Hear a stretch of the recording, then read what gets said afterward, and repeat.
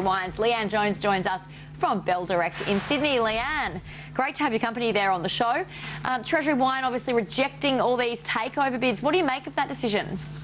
Ingrid, that's exactly right. Unfortunately, it does look pretty disappointing for investors today, and unfortunately that is why we are seeing a huge fall in that share price. I think investors now are pretty uncertain about the future outlook for this company. We know prior to the announcement today and looking at that original bid that actually came through from KKR, the stock was up about 21%, so we actually were seeing it trading with a takeover premium being priced in. But unfortunately, looking at some of those losses today, it does look like some of those gains have been wiped out. We know that Treasury Wine Estates really has been struggling.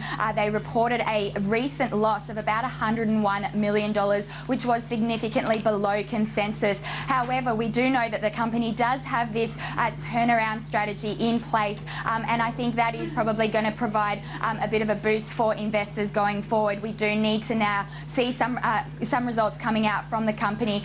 We know now that they are going to be focusing on this turnaround strategy in the absence of this takeover bid coming through. But I do think looking into FY15, it is going to continue remaining a very challenging year for the company. We know that the wine industry in general remains very challenging. Of course, we know Australia is continuing to struggle. It is still losing market share. Asia is also remaining very challenging, and also having a look at the US, we think that a lot of the destocking is going to actually spill into FY15. So all of that certainly will put pressure on that share price. However, we actually do remain quite confident in Mr. Clark's ability to turn around this company. He has quite a clear vision in place, and his strategy does actually look quite thought out and quite clear as well. So it is certainly now up to the company now, I think, to deliver on those promises, as I said. So I suppose only time will tell. Yeah, indeed. And Lynas is probably another one plunging today, down almost 24%. What do you make of these moves? I mean, obviously we saw that it get some relief due to that equity raising, but investors just seem to have no faith in this stock.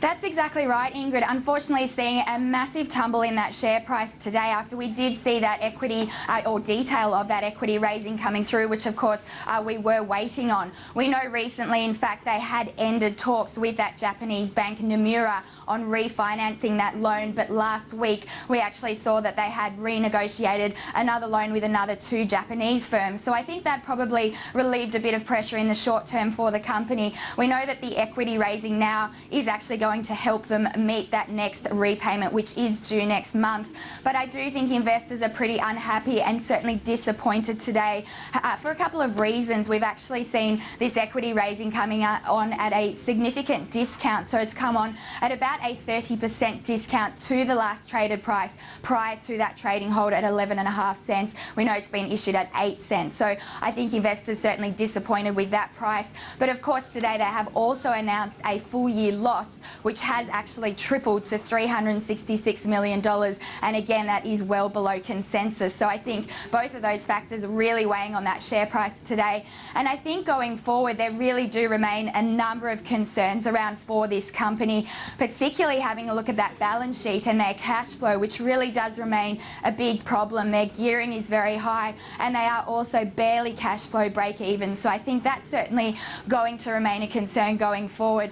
I think there's also a lot of concern out there that the company is actually starting to lose money. So I think that balance sheet really is going to continue being a problem, and really we need to start hearing out more from the company in terms of how they are going to improve that balance sheet, particularly given the fact that they face quite high costs at that Malaysian refinery, and of course they are continuing to face declines in those rare earth prices as well. So the stock has been down about 70% since the start of the year, really continuing to come under pressure, and I do suspect long term it will continue to come under pressure.